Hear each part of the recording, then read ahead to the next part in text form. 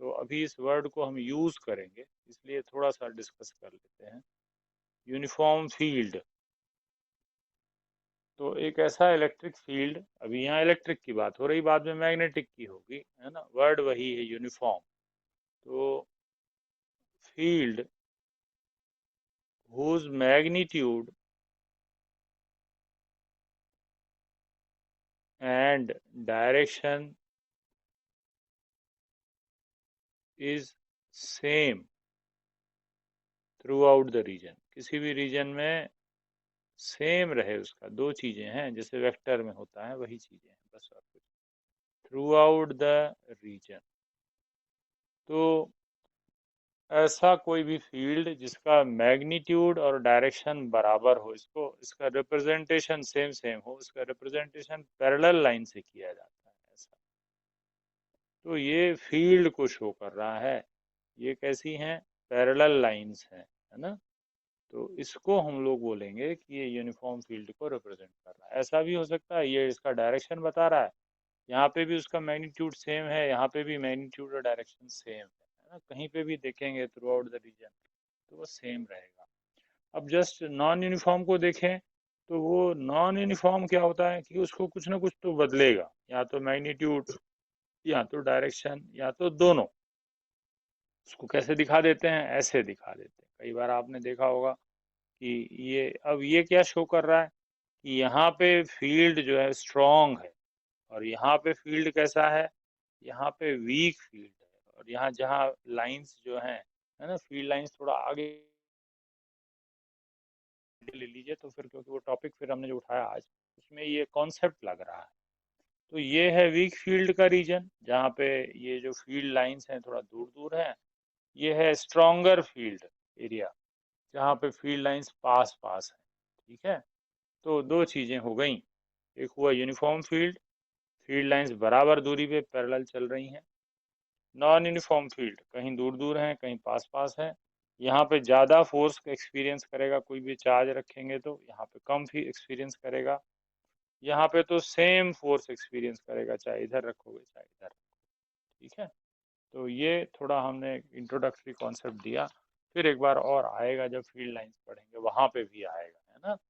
तो वहां पे भी इस टॉपिक को हम देखेंगे। चलो, अब हमको आज क्या देखना है? अभी आज हमको देख,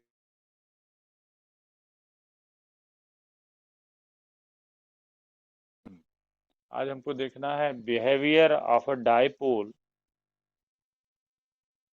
इन अ यूनिफॉर्म फील्ड। ठीक, तो इसको देखते हैं हम लोग, behaviour of dipole in uniform field. अब वो इलेक्ट्रिक फील्ड ही है बेटा, पूरा इलेक्ट्रिक है, इलेक्ट्रिक डायपोल, इलेक्ट्रिक फील्ड वही चीजें हैं ना। तो इलेक्ट्रिक में ही चल रहे हैं, तो इलेक्ट्रिक मैग्नेट में भी बिल्कुल ऐसे ही करेंगे, इसकी कॉपी हो जाएगा। ठीक, तो सबसे पहले तो हम एक यूनिफॉर्म फील्ड बना देते हैं इस तरह से। अब इसमें एक इलेक्ट्रिक डायपोल इस तरह से बना देते हैं। ये थोड़ा मैंने घुमा के बनाया है, इसको समझेंगे फिर बना। ठीक, देखो, अब ये एक इलेक्ट्रिक डायपोल है, मतलब इसमें एक तरफ माइनस चार्ज है, एक तरफ प्लस चार्ज है। तो जैसे ही हमने मान लो कि पहले रखा था और ये फील्ड हमने लगा दिया इसके ऊपर, ये फील्ड, तो क्या होगा? आपको थोड़ा सोचना है इस चीज में, है ना, दोनों चीजों में, कि भाई पहले तो फील्ड नहीं था, हमने एक इलेक्ट्रिक डायपोल मान लो हमारे पास ये है, तो ये ऐसे ही पड़ा रहेगा। जैसे ही अगर हम फील्ड ऑन करेंगे तो क्या होगा? अब ये इस सिचुएशन में है ना, मान लेते हैं कि यहाँ पे ये जो एंगल बन रहा है, ठीक, अब ये डायग्राम को हम कंप्लीट ही कर लेते हैं। तो ये जो एंगल बन रहा है, मान लेते हैं थीटा बना के ऐसे रखा हुआ था, जैसे ही हमने फील्ड ऑन किया तो क्या होगा? कोई भी एक जन गेस करें, बताएं, है ना, ट्राई करें बेटा, क्या होगा when you are switching on the electric field इस तरह से? तो ये इसका डायपोल का क्या होगा? कुछ बता सकते हैं possibility? What will happen to dipole? नहीं, ठीक है, इस चार्ज का क्या होगा? सोचिए, पॉजिटिव चार्ज का क्या होगा? इसके ऊपर फोर्स लगेगा, है है ना। तो अगर हमने फील्ड ई ऑन कर दिया है तो इस चार्ज के ऊपर फोर्स लगेगा, इस चार्ज के ऊपर भी फोर्स लगेगा, ठीक है। Both the charges will experience some force, and what will be the force, तो बताएंगे कितना फोर्स लगेगा इस क्यू चार्ज के ऊपर इस फील्ड ई के कारण, वो तो अपन को पता होना चाहिए। कोई भी ट्राई करेगा? अकेला चार्ज है प्लस क्यू, इस फील्ड ई रखा हुआ है, इसके कारण इस चार्ज के ऊपर फोर्स लगेगा, है ना। तो वो फोर्स कितना होगा? whenever a charge is placed in electric field it experiences the force, positive charge जो है फील्ड के डायरेक्शन में चलेगा, नेगेटिव चार्ज फील्ड का उल्टा चलेगा। चलो मैं बता देता हूँ, पर करते जाते हैं, ठीक है। तो जो पॉजिटिव चार्ज है that will move along the field, try to move या experience a force along the field, whereas the negative charge will experience a force opposite to that the field। इस तरह से इसके ऊपर दो फोर्सेस लगेंगे, है ना।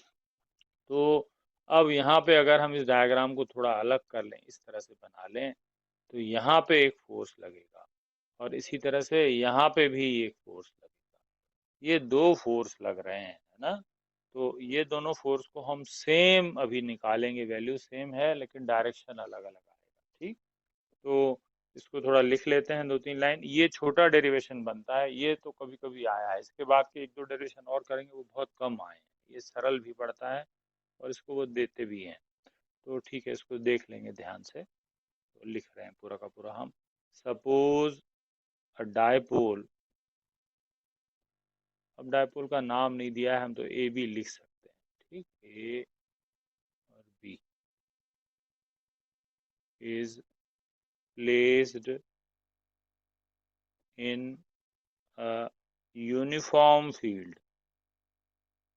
अब यूनिफॉर्म फील्ड मतलब एक जैसा है ना। यहाँ पे अलग और यहाँ पे अलग, पूरे में सब जगह एक सार है ना।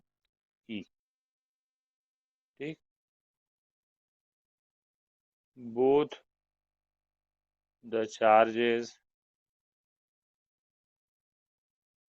will experience a force F is equal to QE in directions as shown। देखो अब हमने दिखा दिया, पूरा लिख नहीं रहे हैं, शॉर्ट में कर रहे हैं, है ना, इतना ही चल जाता है एग्जाम।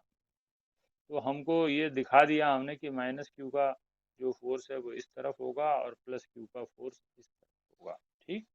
और क्या होगा? अब ये तो ऐसा हो गया कि ये डायपोल रखा है, इसके ऊपर एक फोर्स इधर से लग रहा है, इसके ऊपर एक फोर्स इधर से लग रहा है, ये दोनों इसको खींच के इसके पैरेलल लाने की कोशिश करेंगे यहाँ तक। ये निडल जैसा घूमेगा, ऐसा ऐसा, है ना। ये घूम के इसके पैरेलल आना चाहेगा, ठीक है। तो थोड़ी देर में ये उसको पैरेलल कर देंगे, ऐसा खींच रहे हैं, मतलब जैसे अपन, ये एक्चुअली कपल बन गया, ठीक है, जो हमने 11th में पढ़ा था। तो उसका टॉर्क भी निकालेंगे, ठीक है। तो बस वही करना है अपन को, इतने में तो derivation.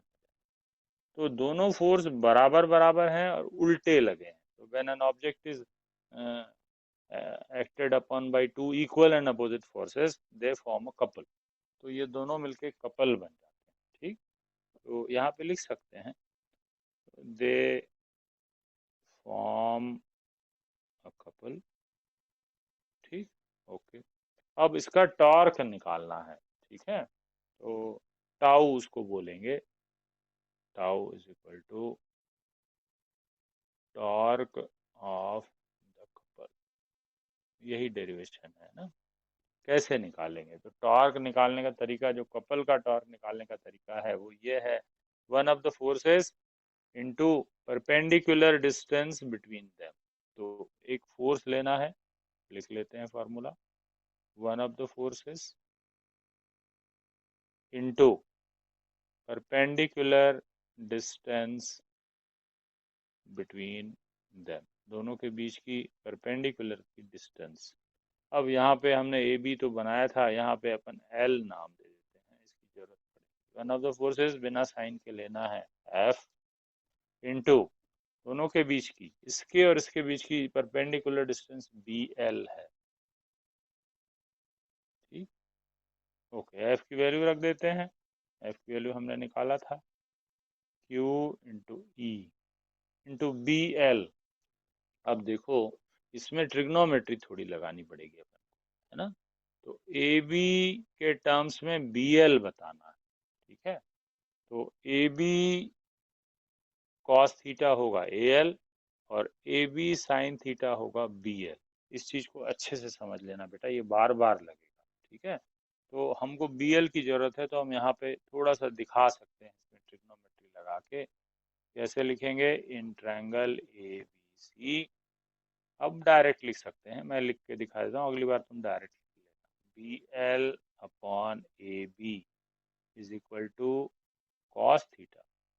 So B L is equal to A B cos theta. अब ध्यान से तुम देखोगे तो ये कॉस कंपोनेंट है, देखो ये वेक्टर मान ले तो इसका कॉस कंपोनेंट, अच्छा गलती लिख कर दिया मैंने, किसी ने बताया भी नहीं बेटे। ये देखो, ये यहाँ पे होगा साइन थीटा, ठीक।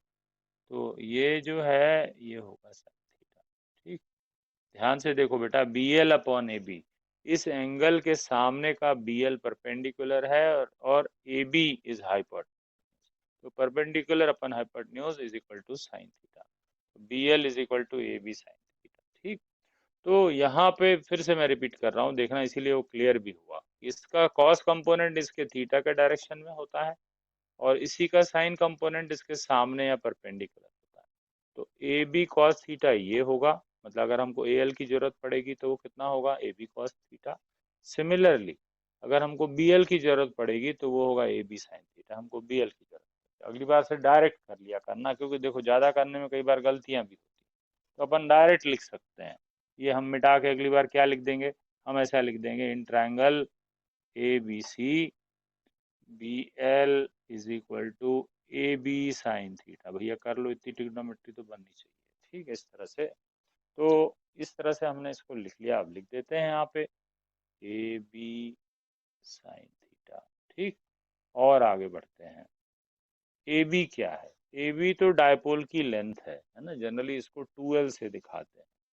तो 2L साइन थीटा। अब देखो, Q इंटू 2L अलग अलग कर लो, और ये बन गया ई साइन थीटा। ये तो क्वांटिटी बार बार आती है डायपोल के लिए। Q इंटू 2L की जो वैल्यू है that is known as P। तो ये हो गया पी ई साइन थीटा, ठीक। तो बस ये डेरिवेशन पूरा हो गया। ये 3 से 4 नंबर का पुराना डेरिवेशन है, बहुत सरल है बेटा। इसको वेक्टर की लैंग्वेज में, जब वेक्टर में लिखते हैं तो टाउ एक वेक्टर होता है, टॉर्क, इसको पी क्रॉस ही लिखा जाता है। P cross product of two vectors equal to यही होता है, सॉल्व करोगे तो वही आएगा। तो ये डेरिवेशन यहीं पे पूरा हुआ। तो हमने ये देखा कि जब भी एक डायपोल को किसी यूनिफॉर्म फील्ड में रखते हैं तो उसके ऊपर एक कपल लगने लगता है, that tries to align the dipole to the direction of electric field, उसके पैरेलल लाने की कोशिश करता है ना। तो ये टॉर्क लगा। अब इसके स्पेशल केसेस भी, थोड़े ऑब्जेक्टिव का मटेरियल बनेगा। डेरिवेशन तो कंप्लीट हो गया, ठीक है। बहुत सरल था बेटा, अपन इसको अच्छे से ध्यान से कर लेना, है ना। बहुत इजी डेरिवेशन, ऐसे आ जाए तो अच्छा रहता है, बहुत करने के लिए भी और स्टोरी के लिए। तो ये हमने टॉर्क के अब स्पेशल केसेस निकालेंगे कि टॉर्क कब कम होगा, कब जीरो होगा, कब ऐसा होगा, है ना। ये चीजें अपन को थोड़ा आप समझना है। तो टॉर्क का फॉर्मूला बना, tau is equal to P E sine theta. Theta क्या है? Direction between dipole and the direction of electric field, दोनों के बीच का डायरेक्शन। तो जब ये प्लस चार्ज इधर भागेगा तो ये धीरे धीरे ऐसे पैरेलल हो जाएगा। ये लगभग निडल जैसा होता है ना, जैसे हमारे पास कंपास की निडल होती है। अब वो कंपास की निडल कैसा बिहेव करती है? ऐसा कंपास की निडल रखी हुई है, मान लो नॉर्थ की तरफ पॉइंट कर रही है। अगर आप उसको थोड़ा सा भी चला दोगे तो, क्योंकि अर्थ के अंदर एक फील्ड जनरेट, आसपास ऐसा फील्ड है, वो इसको अपने पैरेलल लाने की कोशिश करता है। तो ये मैग्नेट के केस में है बेटा, वहां फिर से पढ़ेंगे। मान लो हमने निडल को थोड़ा ऐसा चला दिया, कंपास की निडल को, again this needle will experience. अब निडल एक डायपोल है छोटा सा, है ना, जो कंपास का निडल है वो एक छोटा डायपोल है। so this dipole will experience a couple, and this couple will try to align this compass needle parallel to the field। तो अर्थ के मैग्नेट के फील्ड के फट से वो पैरेलल है, इधर भी करोगे तो भी इधर जाएगा, इधर करोगे तो भी, वो घूम फिर के उसके पैरेलल सेट हो जाएगा। तो बस यही सिचुएशन यहाँ पे है ना। तो ये चीज अपन को ध्यान से करते जाना है, बढ़िया समझते जाना है। Okay, now we come to the special cases of this torque. Special means कब ये जीरो होगा, कब ये मैक्सिमम होगा, और इन सब चीजों को अपन को समझना है। ठीक है, तो अब यहाँ पे इसको देखते हैं। अब ये है स्पेशल केसेस से अपन इसको लिखते हैं। तो टॉर्क का फॉर्मूला हमारे पास आ गया, P E sine theta. Special cases अलग अलग ऑब्जेक्टिव का मटेरियल बनता है और कुछ नहीं। First case, when theta is zero. जब थीटा जीरो है तो क्या होगा, तो tau is equal to P E sine zero, that is equal to zero. ठीक, तो देखा हमने कि भाई जब ये थीटा जीरो बना रहा है, जीरो मतलब ये ऐसे पैरेलल पड़ा हुआ है, तो कुछ भी टार्क नहीं लगता है। हाँ, सीधी सी बात है कि वो ऑलरेडी तो पैरेलल है। अब वो उसके ऊपर कोई भी फोर्सेस तो लगेंगे वो, लेकिन न्यूट्रल हो जाएंगे। अब इसको थोड़ा समझो जरा ध्यान से, कि मान लो ऐसा हो गया है ये डाइपोल। अब यहाँ पे Q है और यहाँ पे माइनस Q है। इसके ऊपर तो जितना फोर्स लगेगा वो होगा QE, और इधर के ऊपर फोर्स लगेगा QE। ये दोनों बिल्कुल एक ही लाइन में लग रहे हैं, तो ये जीरो हो जाएगा, है ना। इसका जो इफेक्ट है, टर्निंग इफेक्ट, वो खत्म हो गया। ठीक है, तो इस केस में ऐसा कहा जाता है कि डायपोल जो है स्टेबल इक्विलिब्रियम है ना। इक्विलिब्रियम है, और वो कौन सा वाला है, स्टेबल। उसको हटाना आसान नहीं है, वो तो इजीली वापस उधर ही चला जाएगा। तो इस सिचुएशन को स्टेबल इक्विलिब्रियम ऑफ डायपोल भी कहा जाता है। ठीक, next case, second number, theta को 90 कर देते हैं। थीटा इज इक्वल टू 90, मतलब अब डायपोल ऐसा रखा हुआ है ना। तो थीटा इज इक्वल टू 90, इस केस में tau is equal to P E sine 90। ठीक, sine 90 is 1, so it is, ये मैक्सिमम वैल्यू ऑफ टार्क आती है। ठीक, ये कभी इक्विलिब्रियम तो होगा ही नहीं, अनस्टेबल रहेगा, छोड़ते ही भगेगा। वैसे जैसे ही पकड़ के रखा है तो खड़ा रहेगा, छोड़ेंगे तो डायपोल ठक से इधर भगेगा, पैरेलल, है ना। थर्ड सिचुएशन, ये तो इक्विलिब्रियम तो है ही नहीं, है ना। थर्ड सिचुएशन में अगर थीटा को 180 कर दें तो क्या होगा। ठीक, थीटा इज इक्वल टू 180, तो फिर से टॉर्क जो है देखते हैं क्या हो रहा है। Tau is equal to P E sine 180। ठीक, साइन 180 इज अगेन जीरो। अब देखो टॉर्क जीरो लग रहा है, मतलब इक्विलिब्रियम तो है लेकिन ये अनस्टेबल है ना। कैसे होगा, ये सिचुएशन ऐसे होगी, देखो ये थीटा है, हमने इसको घुमाया, ये हुआ 90, और मैक्सिमम टॉर्क की सिचुएशन आई। ये ऐसे कर दिया, फिर से टॉर्क जीरो हो गया, लेकिन ये बिल्कुल अनस्टेबल है, थोड़ा सा भी धक्का लगा वो भाग के वापस ऐसे हो जाएगा। तो इस सिचुएशन को, टॉर्क जीरो होने के कारण इक्विलिब्रियम तो है लेकिन ये बहुत अनस्टेबल है ना। थोड़ा सा भी खटका होगा, अलाइनमेंट डिस्टर्ब हुआ, तो वापस अपना जीरो वाली सिचुएशन में आ जाता है। तो इस सिचुएशन को हम लोग अनस्टेबल इक्विलिब्रियम कहते हैं। ठीक, अब इसके बाद हम लोग एक टॉपिक और देखते हैं, तो वो इसी से जुड़ा हुआ है। अब यहाँ पे होगा क्या, कि जब हम इसको चला रहे हैं तो उसमें कुछ वर्क करना पड़ता है ना।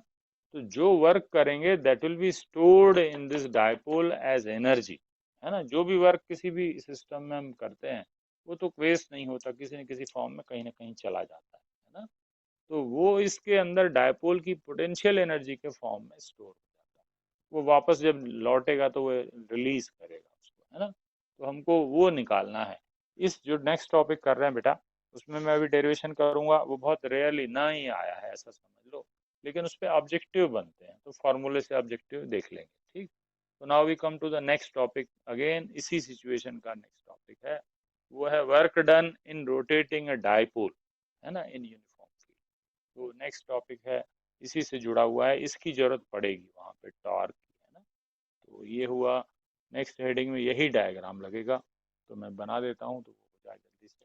नेक्स्ट है work done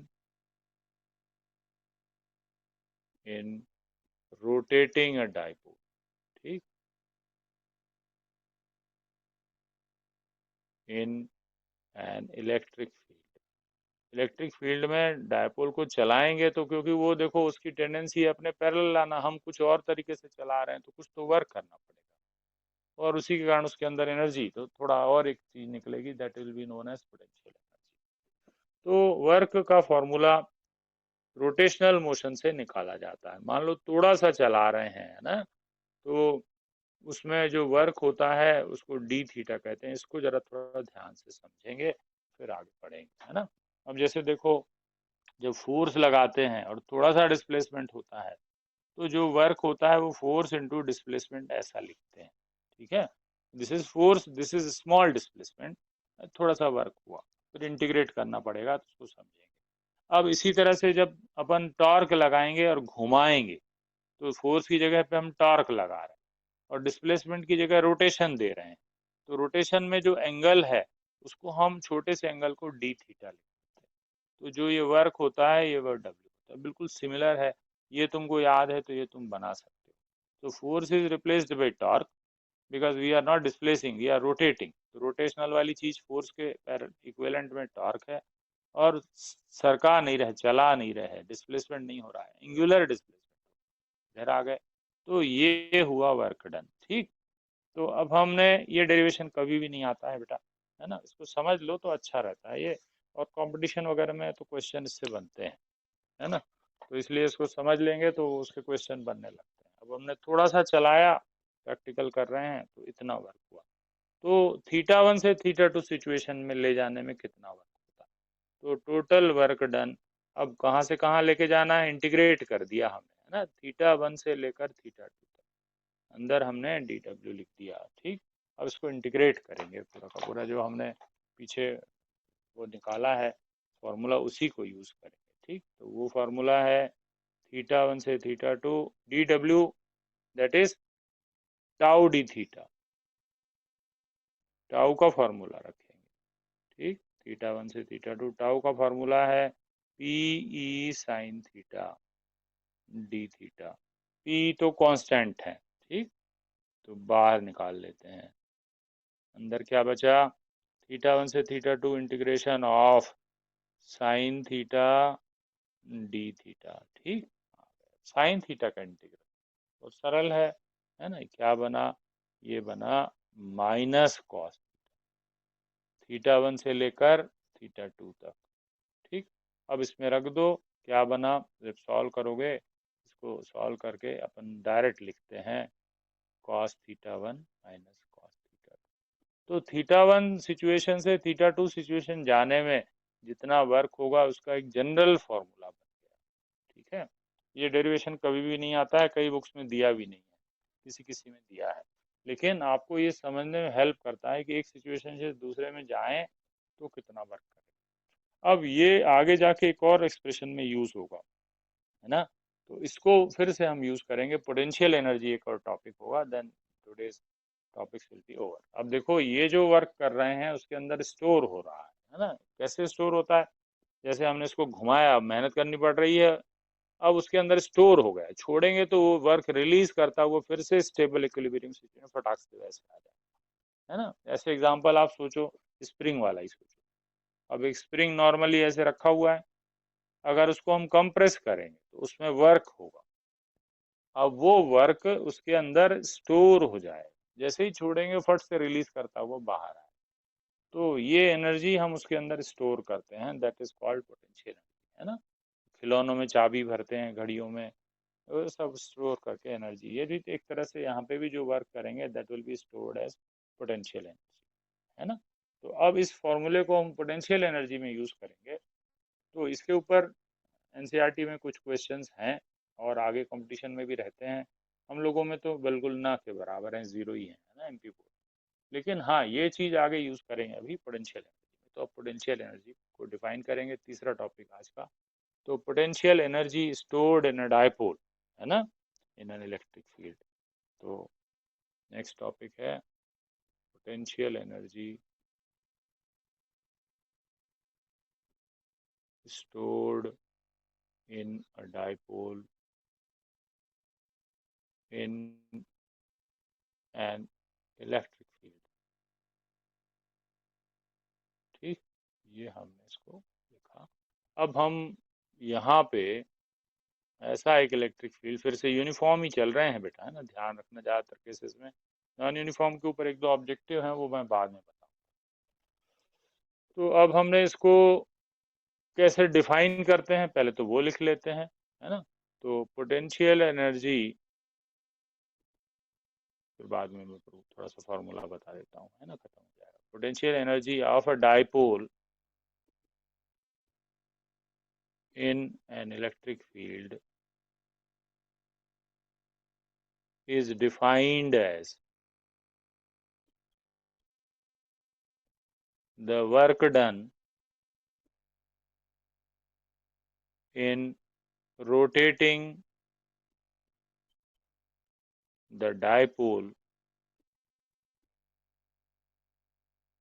from standard position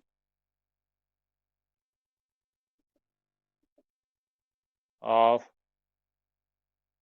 theta equal to 90 degree to present situation।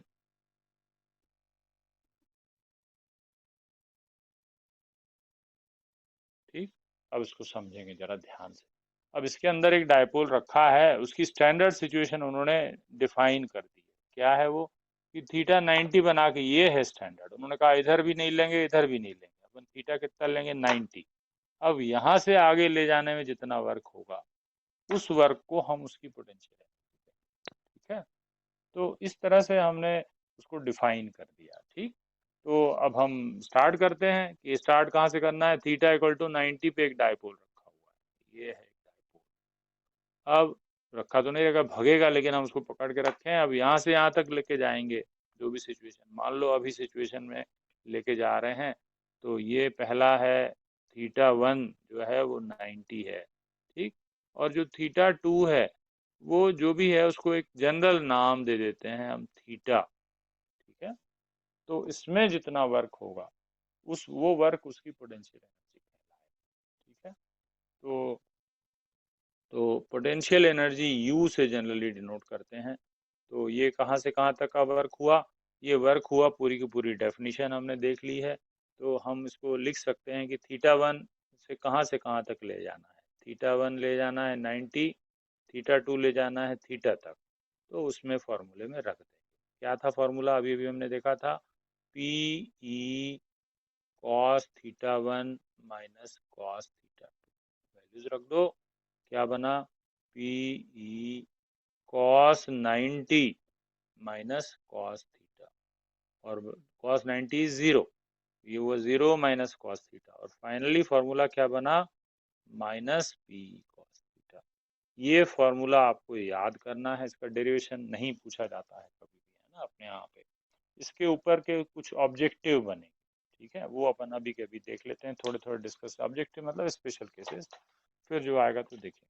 तो हमने देखा कि डायपोल की पोटेंशियल एनर्जी का फॉर्मूला है minus P E cos theta. ठीक है, तो इसमें से जो इन्फरेंसेस निकलेंगे स्पेशल केसेस, वो देखते जाते हैं। सबसे पहला इन्फरेंस, अगर थीटा 90 रख दें तो क्या होगा। अगर थीटा 90 रखेंगे तो पोटेंशियल एनर्जी 0 होगी। तो ये कौन सी पोजीशन आ जाएगी, स्टैंडर्ड पोजीशन। देखो स्टैंडर्ड उन्होंने वही वाली ली है जहाँ पे पोटेंशियल एनर्जी कितनी आ रही है, 0। तो उन्होंने उसको स्टैंडर्ड बोल दिया। कि क्यों लिया, देखो साफ दिख रहा है, जहाँ पे उसकी वो 0 आ रही है उसी को स्टैंडर्ड ही बोला गया है। या इसका उल्टा, क्योंकि हमने स्टैंडर्ड बोला इसलिए वहां पे 0 आ रहा है, क्योंकि अपन ने वहीं से गिनती चालू करी है। तो यहाँ पे पोटेंशियल एनर्जी कितनी है, 0। ठीक, तो इसके आगे फिर एक एक इन्फ्रेंस अपन निकालेंगे। तो स्पेशल केसेस में ये चीजें अपन को समझ में आएंगी, अभी लिख लेते हैं, बस पूरा हो जाएगा। स्पेशल केसेस, पहला point, theta is equal to 90 degree, U is equal to minus P E cos 90, cos 90 की वैल्यू 0 हुई। तो this is the standard position, यहीं से तो चालू हुआ है ना। यहाँ पे पोटेंशियल एनर्जी 0 मानी जाती है। ठीक, सेकंड नंबर, अगर थीटा ऐसा कर दें तो थीटा 0 हुआ, है ना। तो थीटा 0 होगा तब क्या होगा, देखते हैं। तो u is equal to minus P E cos 0, that is minus P E cos 0 is 1। है ना। तो ये उसकी लोवेस्ट पोटेंशियल एनर्जी आती है, ठीक है, लोवेस्ट या मिनिमम। तो लोवेस्ट और minimum value of potential energy, ठीक। Third number theta equal to, ये था 0, ये था 90, ये होगा 180। नेक्स्ट है 180, ठीक।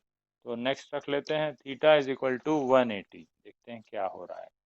थीटा इज इक्वल टू 180 रखेंगे तो क्या होगा, यहाँ पे u is equal to minus P E cos 180।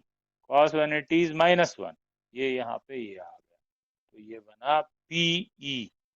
तो इस तरह से हमने देखा कि ये इसकी मैक्सिमम वैल्यू है, ठीक। तो ध्यान रखना कि ये पोटेंशियल एनर्जी की मैक्सिमम वैल्यू पी आ रही है, मिनिमम वैल्यू -पी आ रही है, स्टैंडर्ड वैल्यू जो हमने लिया है वो है 0, ठीक। इस तरह से ये पूरा का पूरा हो गया। इसके ऊपर के कुछ ऑब्जेक्टिव लास्ट में निकालेंगे, इसको पूरा करते हैं। अभी मैं सोच रहा हूँ 5-6 दिन में तो ये चैप्टर पूरा हो जाएगा इस वीक में, है ना। फिर उसके बाद आगे बढ़ेंगे तो ऑब्जेक्टिव वगैरह कर लेंगे, ठीक है बेटा। चलो फिर क्लोज कर रहे हैं, इतना ठीक है। ओके।